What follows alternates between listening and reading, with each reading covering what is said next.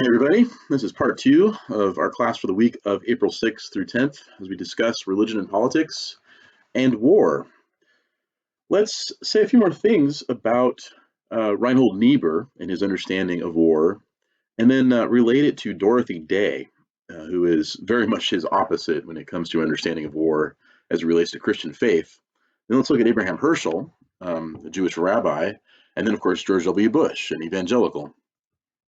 So that gives us a mainline Protestant, a Catholic, a Jew, and an evangelical Christian. That covers pretty much all the bases.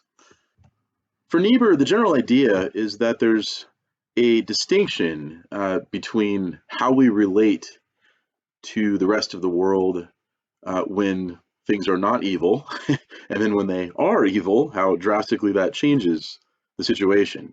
So it's one thing to say, love your enemies, but when your enemies are evil, no, you must profoundly hate the evil. And so for Niebuhr, there's sort of like this general law of love that applies universally and absolutely.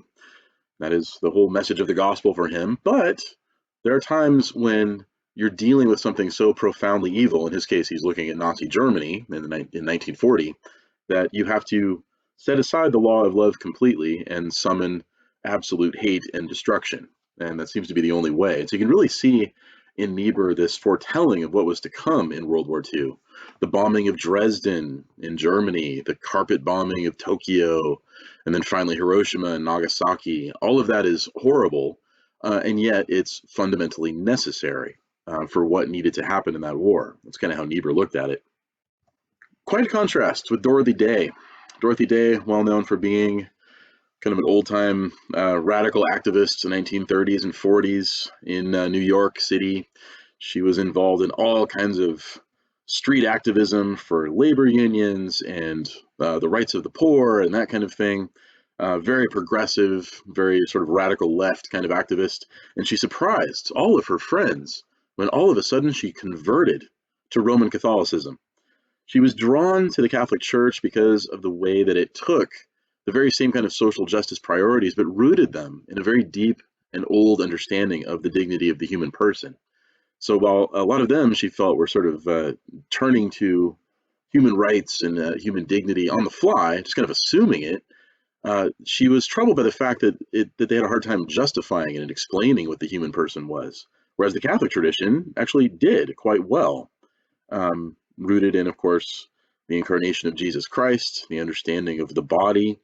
And so she was quite drawn to this, along with the beautiful tradition, the liturgical worship. And so she really combined a lot of this sort of activist politics with her Catholic faith. Of course, as we said before, the way that Roman Catholics understand social justice, it has a way of fitting together with their very conservative positions on things like marriage and other aspects of the human person. And so it's a deeply moral understanding of things combined with a very clear idea of social justice. It combines, you might say, the left and the right by rooting them both in common principles. So here's Dorothy Day's article from 1940, same time that Reinhold Niebuhr wrote his essay that appeared in her own paper, Catholic Worker, looking at the possibility of the United States entering World War II. And so, I mean, World War II, we look back and it's one of those wars where the lines were so clearly drawn. What was right was so obvious in contrast with subsequent wars and even some previous wars where right and wrong seemed a little bit hazy. But even here, Dorothy Day was quite sure war was just as evil, even if you're turning to Nazi Germany. Why? How could she say that? Well, what's her argument? Nonviolent resistance, she says, that is the only path to peace, and that's it. It's not, there's no war for peace. That makes no sense to her. She says they are fighting, on page 131, they are fighting for freedom in England, they say. But just by fighting, what happens? Men have lost their freedom. Just by forming a militaristic culture and an army, that itself, she says, is the greatest deprivation of freedom, and we equalize ourselves with our enemies by turning to fight. No, our superiority comes in our refusal to fight. So you see in this, she's an extreme pacifist. But notice, this isn't the kind of distinct pacifist tradition that Niebuhr was talking about when he discussed the Quakers. She's Roman Catholic. This is a very mainstream expression of Christianity, and yet here she's saying that everybody knows, at least all Catholics ought to know, at least all mainstream Christians ought to know this, that fighting is fundamentally wrong. It's contrary to what Jesus commanded. So we must prepare to fight for freedom here in America, they say, but we have already lost our freedom here as soon as we say that. People have come to accept the idea that we are a nation of industrial slaves, creatures of the state which dole out relief and jobs, and which is now going to seize the young and strong for defense. What does all this mean? We have lost our faith in humanity, lost our faith in men. We no longer look upon them as creatures of body and soul, or temples of the Holy Ghost, deriving from very Catholic teaching there, made in the image and likeness of God. If we have no faith in their spiritual capacities, we make no call on their spiritual resources. The leaders of thought have failed the people because they have lost touch with the common man. They have lived in ivory towers, and they've made themselves gross and uncomfortable. They have sacrificed their integrity for a mess of pottage. They have trusted to mass movements and mass responses and have not appealed to a personalist response. So, what does she mean by loss of faith in man? That sounds at first like what Niebuhr had such a problem with when he discussed the radical pacifists, not the Quakers, but the mainstream pacifists who subscribed to kind of the Enlightenment religion of man, subscribed to this sort of secular humanism. And he had a major problem with that. He didn't think that that was a real basis for pacifism or anything. Yet, that's not what Dorothy Day means by faith in man. She doesn't mean it in a secular sense. She means it in a kind of a Renaissance humanist sense. And that kind of humanism recognizes that man's dignity isn't something that man asserts for himself. It's not like he takes his reason and he applies it to science and progress and all of this and sort of makes religion obsolete. No, it's the other way around for somebody like Day. She sees man's dignity and our reason for faith in man in precisely the goodness that God gives us. And so, yeah, she's a humanist, but she's a Christian humanist. The greatness and glory of human beings is in the dignity and beauty that God gives them. So, what is the hope that we put in man? She kind of goes through the theological virtues here: faith, hope, and then love. What is the hope that we put in man? First, to remember the first duty of man: to know God, to love him, and in that to serve our neighbor. To see all men as brothers, to see Christ in all men, and our enemy as in our friend. And if we do not see them so, we cannot love them. We must overcome the sense of futility and hopelessness from this, for that is the beginning of despair. Hope is the most sinned against of all virtues. Hope is the most sinned against of all virtues. Don't know who she's quoting there, but that idea appears a great deal in Catholic teaching, that despair is the opposite of hope. You might remember when we went through those theological virtues earlier. Despair is the habit of mind that says, I'm not meant for anything better than just what I am. I just am what I am, right? On the other side of hope, of course, you have presumption. That's pride. I'm amazing. I'm God's favorite.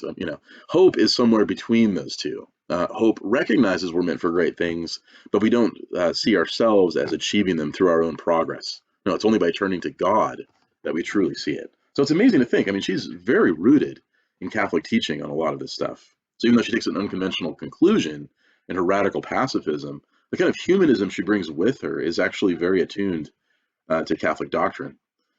So yeah, hope, the most sinned against of all virtues, especially in the form of despair. But ultimately, it's about love. If we love our fellows, we have faith in them. But the loss of faith in men is epitomized now by the war spirit throughout the world.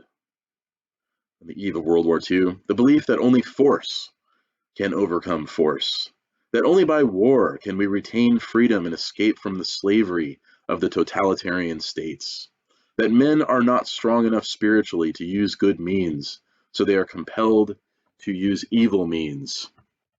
She's definitely thinking of Niebuhr when she says that, maybe not by name, but certainly that school of thought, that the only way to meet force is with force. The only way to meet evil is with evil.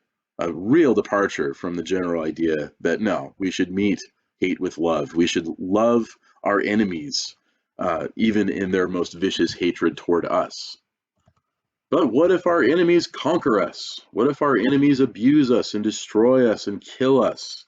There has to be some kind of response, people would say. We can't just lay down and take it. Not so, says Dorothy Day. And here she points out that, look, when the oppression comes, how do we defy the evil regime most clearly? It is through asserting our own dignity and not fighting, by resisting, by forgiving them in our hearts and in our actions. That is something that the worst and cruelest oppressor cannot help but notice. That is what prevents, as he says, the loss of faith in man. This seems to me to indicate plainly the loss of faith in man. Dostoevsky has said in several of his books that it is possible for a man to lead a perfect life, even in jail. So you think of great prison letters, St. Paul writing from prison, Martin Luther King in the letter from Birmingham jail we looked at, Boethius back in the Middle Ages, all kinds of people that, or Henry David Thoreau, reflected that he was never so free than when he was behind bars. They can imprison my body, but my mind is always free. That's more of like civil disobedience. But Day takes it a step further and says that no, that's when we actually love best. That's when we pray the most fervently for our oppressors.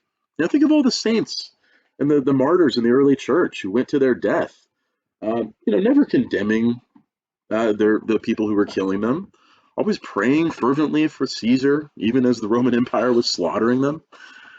So yeah, of course, it doesn't seem likely at this time that Nazi Germany is any kind of direct threat to the United States, or Imperial Japan for that matter. Of course, that changes drastically by the time Pearl Harbor happens. But in 1940, you can still make a pretty good argument that, look, they're not bothering us. Let's not bother them. Yeah, they're doing horrible things in the rest of the world. Hopefully, faithful people there will resist through passive peacemaking. But as far as ourselves, look, until it's actually a problem for us, totalitarianism and fascism are far, far away. What about our own problems? She says we live with the poor and the destitute. We're surrounded by people who are already oppressed. Every day here, 1,200 men and women come to our doors for food. In all our houses, there are probably 15,000 coming to us daily. We bear, all of us, the ugliness, the filth, the humiliation of poverty. That's right in front of us. Why worry so much about what's happening in Europe and Asia? The same reason that we ought to serve the least of these, and of course she was very famous for doing that, setting up all the poorhouses and being very involved in the plight of Catholic workers and all workers, really. The same reason that we should treat them that way, so too should we treat those who wish to oppress us. We cannot lose hope, she says, page 133, just as we cannot lose faith with the teaching and example of Jesus Christ. We know that men are but dust, but we know too that they are a little less than the angels. Quoting that passage from Scripture, St. Paul said that. Meaning that there is this fundamental dignity in the human person that God instills in them. We know them to be capable of high heroism, sacrifice, of endurance. They respond to this call in wartime, but we call it, but the call is never made to them to oppress violence with non-resistance, a strengthening of the will, an increase of love and faith. If we see that in the human person, if we see that profound revelation of what it means to be human given to us in Christian revelation, then we will do away with war. War has no place, and those who see it most clearly ought to be the ones who most resist war, even in the face of terrible regimes. A people thus trained to recognition of spiritual values will overcome the oppressor. We will win. The conquered will overcome the conquerors. A faith which will be crushed by war will be built up by such a peace. So yeah, she's a Catholic pacifist, even though Catholic teaching, as we saw last time, has a just war tradition that says that there is a time when war is right, that there is a kind of justice to war that is itself an aspect of love, of charity in the highest sense. Love is correction, sometimes brutally so, but still, it's still an act of love to go to war, recognizing, of course, that peace is the ultimate goal and it's the thing that guides all strategy. But yeah, Day doesn't agree. She doesn't see charity as the kind of thing that corrects. It's more the kind of thing that just forgives and forgives and forgives. It's not about the fullness of charity and the fullness of hope, the way she talked about it. No, love is more a matter of just spreading mercy all around. And then in the end, yeah, you might see evil succeed, you might see evil conquer, but in the end, who really wins? It's the meek who refuse to fight. It's those who really followed in the footsteps of Jesus Christ himself and allowed themselves maybe to die, sure, but even in their death, they conquer. So yeah, we can contrast Day with her own Catholic tradition's teaching on war, but she's also not quite the same as what Quakers would say. For them, resistance isn't so much an act of love as it is just to demonstrate their own witness, their own willingness to move against war for the sake of peace. Peace not understood as an end, but just sort of like a static condition. So yeah, Day is very much in a category all of her own. You can tell though, from her point of view, war is just always wrong. There's just never ever a time it's right. Yeah, wars will still happen, but there has to be some kind of desire to resist it among those who are truly faithful.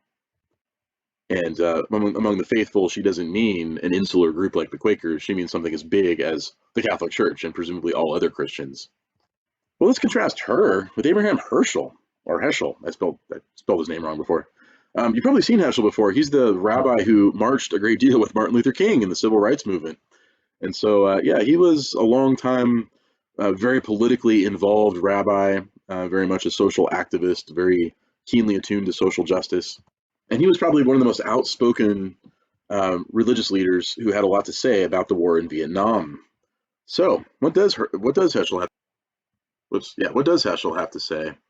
Sorry, a little bit of his background. He fled Germany in the 1930s as the Nazi regime came to power, came to the United States, as a lot of Jews did.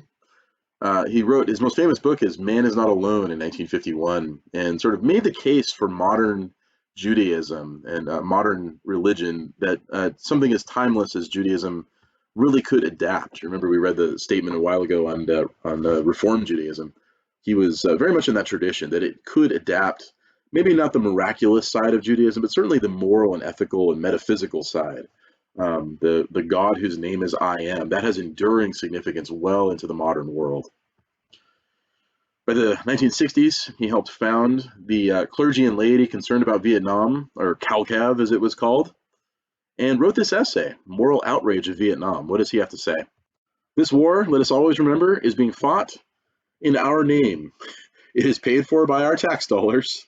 It is waged as if all the entire American nation and the whole American regime stands by it, even though a lot of people dissent. He points out our labor, our wealth, our civic power, our tacit consent are invested in the production and use of napalm and bombs and the mines that explode and bring carnage and ruin to Vietnam. This is on page 179. He says, the thought that I live a life of peace and nonviolence, which I thought I was living, turns out to be an illusion. No, I live under a government that basically recruits me and my tax dollars and my tacit consent to bring down destruction in this faraway land. I've been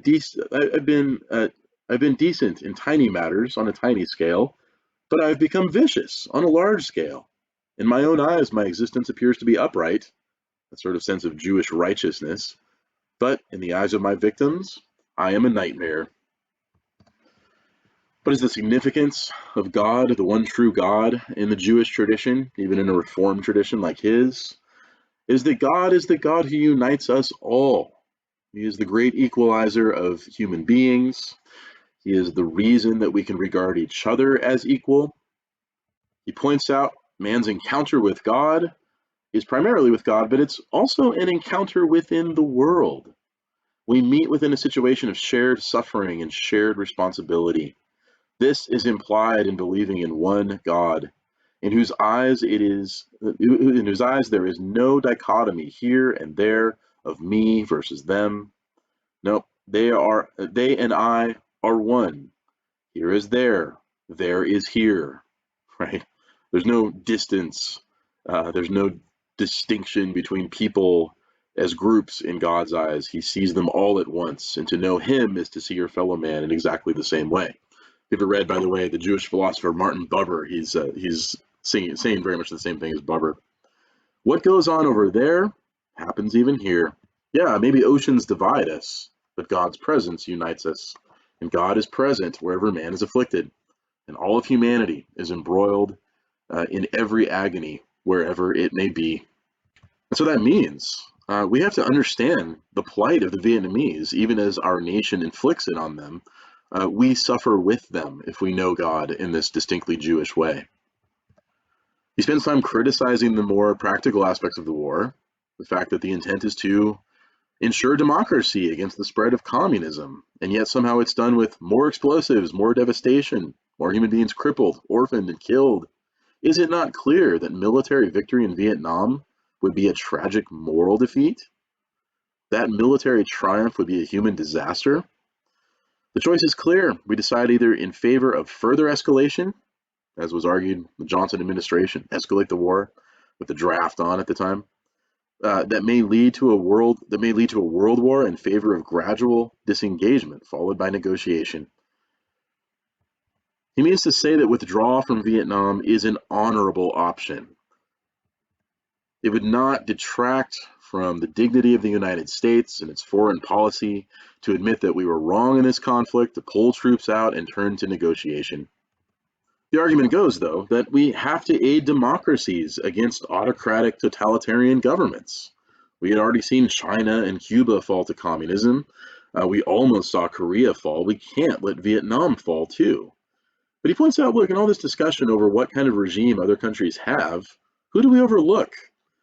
Those people who we're supposed to see as God sees them. On page 181, the Vietnamese people themselves. Our major blunder is the fact that our aid and involvement is a government-to-government operation, driven by our tendency to suspect social change, by our tendency to measure other people's values by our own standards. We have no communication with the people of Vietnam, nor have we sought to relate ourselves to the political understanding. We are in touch with military dictatorship, but we ignore the people. What about them? Consider also simply the nature of modern warfare and what's become of it in the later 20th century. He says at the bottom, page 181, and it seemed to be what Vietnam was just a sample of what all future wars were probably going to be. For on horror's head, horrors accumulate, he says. We are in danger of being swept away against our will, despite circumspection, by a vehement current and compulsive course which never feels the retiring ebb but keeps on, due to a more violent pace, to an even wider torrent. War has a way of just spinning out of control. In a way, that was always true of wars. You see that back in Thucydides' writings. But now modern warfare is even more that way because of the technology, because of the vast bureaucracy entrusted with executing war. What does this mean? War, Heschel points out, has become its own end. The classical understanding of war was that its end was victory. Hopefully a just victory, a peaceful victory, as just war theory taught. But no, modern warfare, because of the technology, because of the bureaucracy, it has become its own end. Force unleashed moves on its own momentum. It breaks all constraint, reaching intensities which man can no longer control.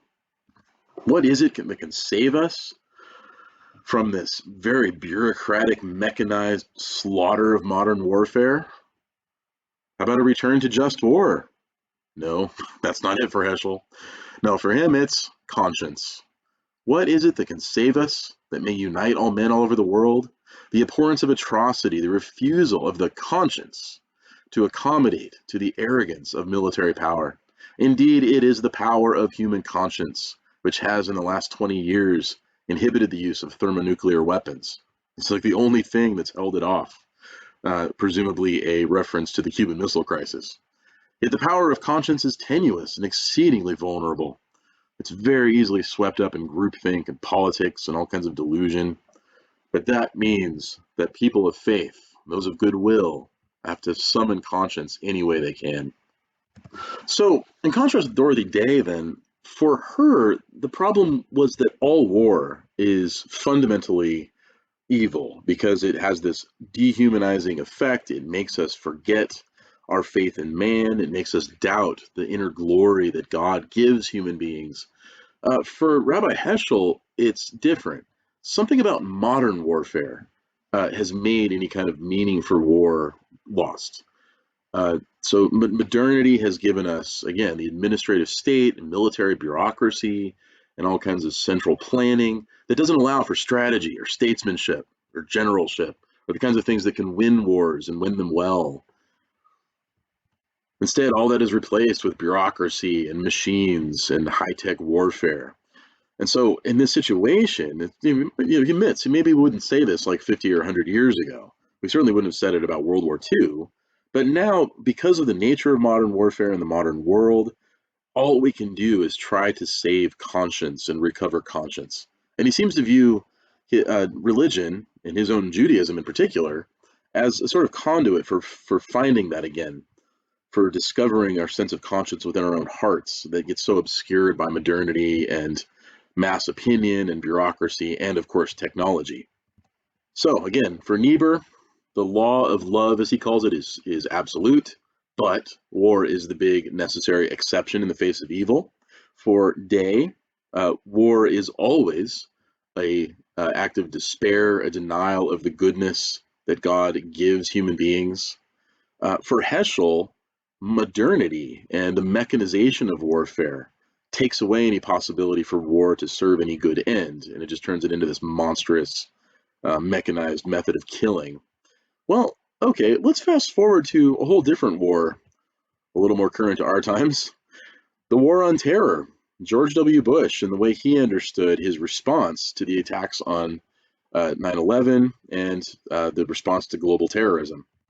The Bush administration had this unusual relationship between, on one hand, his top advisors, take Paul Wolfowitz, Dick Cheney, the vice president, Defense Secretary Donald Rumsfeld, Condoleezza Rice, lots and lots of people, Michael Gershon, who surrounded Bush and really persuaded him, maybe not early in his presidency, but by the time of 9/11, of what is called neoconservatism.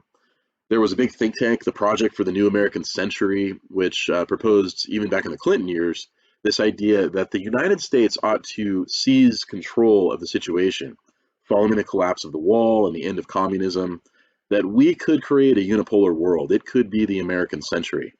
Um, Condoleezza Rice had that very famous article that appeared in Foreign Affairs where she said that the military is a special tool, not just for national defense, but for spreading democracy around the world. And we ought to use it that way. And we ought to understand our own national security in terms of the freedom that you find in the rest of the world. Did Bush really believe all of this early on or during the election? There was a lot to indicate that he actually didn't. But still, he appointed these people to certain advisory positions.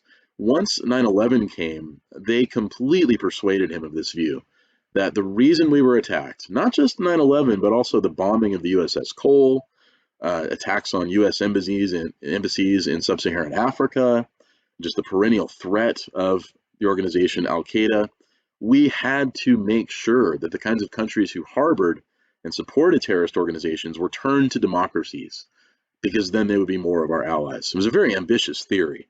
But Bush, in the moment of the attacks of 9/11, became very convinced. So on one hand, he's very shaped by the neoconservatives and the Project for the New American Century and that whole idea. At the same time, Bush is an evangelical Christian, and he's very open about it. Born again, had a distinct moment. We talked about, what evangelicals, the way they describe their faith. There's that distinct moment when you came to Jesus. You can put it on the calendar. It's like a day. It's a very specific time. He's one of only two presidents who have held this particular kind of faith. The other one, of course, was Jimmy Carter. And and he was very overt about it. And remember, during his campaign, someone asked him, "Who's your favorite political philosopher?" We mentioned before, and he said it's Jesus Christ. And so, he was very open and candid about his faith to a degree that a lot of presidents weren't, which a lot of people in politics find it a little bit uncomfortable. Something that that the Obama, that was another class, never mind. But we'll come back to Bush compared with Obama, compared with other presidents next week when we turn to elites. But yeah, what was Bush's response to 9/11, and what was the speech that started the war on terror? We see all of these elements combined in this really stunning speech that he gave. It's a State of the Union address, and usually presidents give State of the Union addresses to present legislation to Congress and discuss the State of the Union in a general sense. And here he says, we already know the State of the Union. We see it in the heroes of 9/11, people like Todd Beamer and his associates who brought down the airplane intended for the White House, the rescuers and the first responders at Ground Zero. The State of the Union, he says, because of them, the State of the Union is strong. But let it be known, justice will be done. It was in the speech that he, for the first time, remember this few days after 9/11, Americans were really confused about who actually did this. Well, this is the first time where we heard who it actually was. It was an organization called Al-Qaeda. I confess, I remember watching this speech on TV, and I had never heard of Al-Qaeda, and I was studying political science in graduate school. I remembered hearing about the USS Cole attack and the bombing in Kenya and Tanzania, but you kind of have this impression, through the 90s that there's all kinds of terror organizations out there. Who cares? You can't keep track of them all. This attack, though, was on American soil, and it was a whole different kind of feeling for the American people. So yeah, he named Al-Qaeda for the first time. And everyone said, who? He explains, they are Islamic radicals, take a form of Islamic extremism. He's very quick to point out, it's a form rejected by Muslim scholars and contrary to the, quote, peaceful teachings of Islam. And about this time, Bush got a lot of trouble for saying that. But he said the terrorist directive commands them to kill Christians and Jews, to kill all Americans and make no distinction among military and civilians, including women and children. He named the leader of Al-Qaeda. It was, of course, Osama bin Laden. And they are linked to all kinds of radical factions across the Middle East and indeed certain organizations within the West. Most importantly, though, they are supported, he explains, by the Taliban regime, then in Afghanistan. So he lays out his demands for the Afghans. You must hand over all the terrorists. You must shut down the training camps. You must allow the United States to enter your country and make sure they're gone, or else. He says these demands are not open to negotiation. The Taliban must act, and act immediately. They will hand over the terrorists or they will share their fate. Of course, as we know, the Taliban refused. The United States invaded Afghanistan and occupies it to this day. There he reaches out again to American Muslims. I want to speak tonight directly to Muslims, he says throughout the world, and of course Americans too. We respect your faith. It is practiced freely by many Americans, many millions of Americans, and by millions more in countries that America counts as friends. Its teachings are good and peaceful, and those who commit evil in the name of Allah blaspheme the name of Allah, and everyone applauded. The terrorists are traitors to their own faith, trying in effect to hijack Islam itself. The enemy of America is not our many Muslim friends. It is not our many Arab friends. Our enemy is a radical network of terrorists. But what is the ultimate U.S. response? Our war on terror, he says, begins with Al-Qaeda, but it does not end there. Here he lets the country know that he has a grand plan in view. Notice, though, he does not mention Iraq. That wasn't yet on the table. That is how things develop later. But still, you hear Bush kind of giving a heads up that he was thinking broadly. The war on terror was not going to target one particular organization. It was going to be a global thing. He says it will not end until every terrorist group of the globe reaches global reach has been found, stopped, and defeated. He insists that organized terrorism like Al-Qaeda and groups like them, they're really no different than the murderous ideologies of the 20th century. They're right there with fascism, Nazism, totalitarianism. They're fundamentally no different. They don't have a big organized regime the way those regimes did, but it's the same thing.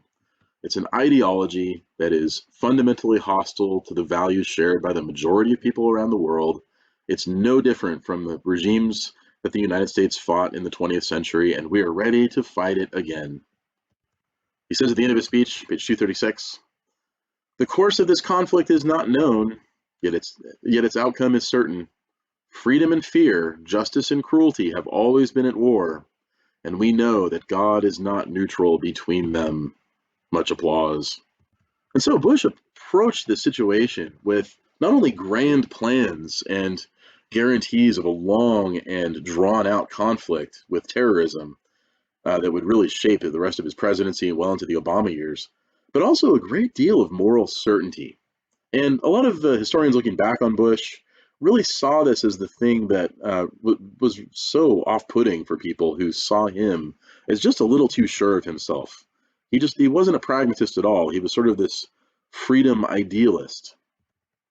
And what was most troubling of all for his more progressive counterparts was the fact that he understood that idealism in terms of what appeared to be his Christian faith. Doesn't that go against American principles of separation of church and state? Isn't that the kind of thing, isn't this the very danger that religion seems to cause, a lot of secular critics said? The contrast became clear by 2004 when John Kerry ran against George W. Bush. And Kerry understood terrorism in very different terms. He looked at it as just sort of a criminal problem. It wasn't necessarily, 9/11 wasn't like an act of war. It was just a criminal organization that had to be treated that way. Whereas Bush turned it into this struggle between good and evil that was profound and global, and the United States had to take its position. It was that certainty that informed his foreign policy in the coming years, the invasion of Iraq to disarm Saddam Hussein of weapons of mass destruction, and that it was that certainty that appeared to carry him into his second term. He won the 2004 election, and at his inaugural address in 2005, where he entered his second term, and to stay the course when it came to the war on terror, he said this: "It is the policy of the United States to seek and support democratic movements and institutions in every nation and culture, with the ultimate goal of ending tyranny in the world. We're going to rid the world of evil. The great objective of ending tyranny is the concentrated work of generations. The difficulty of the task is no excuse for avoiding it.